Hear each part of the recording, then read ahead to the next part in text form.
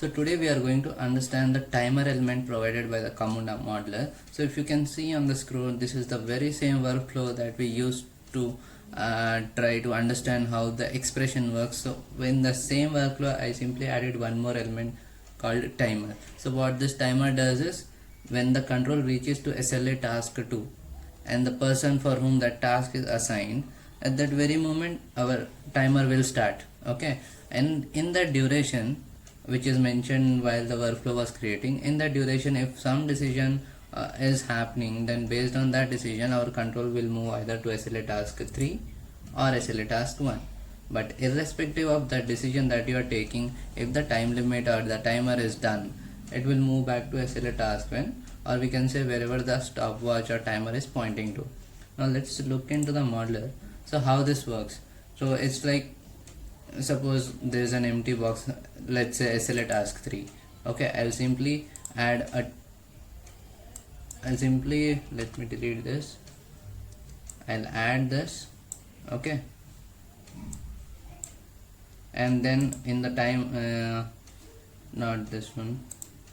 Okay, in the spanner I can see that we have something called timer intermediate catch event. So when I use this property and I can place it on any of the SLA, I mean any of the human task or script task, anything, even if it is not a human intervention, but if the script is taking more than what is expected, then the timer will be crossed.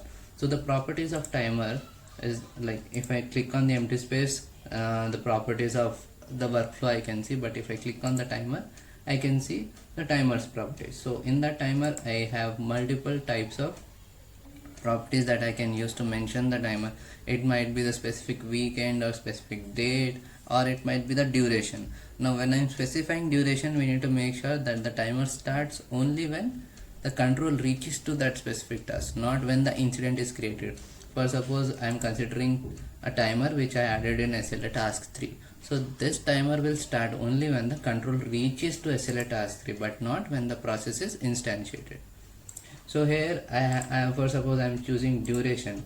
Now for duration I have a specific format to mention. The way I mentioned for the existing one is P means period. So after period I am going to mention the period in terms of time. So in that time I have 1 minute, hour, week, and so. But if I want to mention a specific number of days, then I have different format like D. So all that we can Google it. But as of now, I'm mentioning that my SLA is time, and which is of 1 minute. So within 1 minute, if no decision is taken, it will move back to SLA task 1. Okay, so I have deployed it on already on the camunda. So if you can see, as of now there is no incident going on. Let me refresh this. Okay, now we'll create an incident for the SLA process. Start process, SLA sample 1, start. So the process has been started, and if I go to SLA task 1, I will claim and name, I will give EPS, then input 1, again let me give this time -100, complete. Okay, so if you can see in the diagram, I have moved from SLA task 1 and the rule engine as expected is processed, and I am on SLA task 2. Now if you can see on time, it is 2011, and if I don't take any decision within a 1 minute SLA period, I will go back to SLA task 1. Okay, so while this is running, let me see if we can let me pause this for a second and I'll wait for 1 minute. Okay, 8:12 has happened. Let me refresh this, or else I'll pause for 30 seconds. I think we have crossed the 1 minute timer, so I'll refresh it. As soon as I'll refresh, my timer should take me to SLA task 1. So we didn't cross yet. Let me see. This period was 1 minute. Maybe it is taking some more time than 1 minute exactly. So we'll wait for 30 more seconds. Now, so if we can see that task is removed, and if I refresh it, it has come back to the task one. So no more matching task with ID. this. So that ID is specific to the task. So we have here two IDs. One is the instance ID and one is the task ID. So this each box can be considered as one task ID, and when the second time again we'll go to SLA task 2, at that time one more ID will be generated, which will be not the same as that of it got when previously our control reached that point. Okay, now let's go to form and complete this variable diagram. We reached here, and now within the time period we are going to take some decision.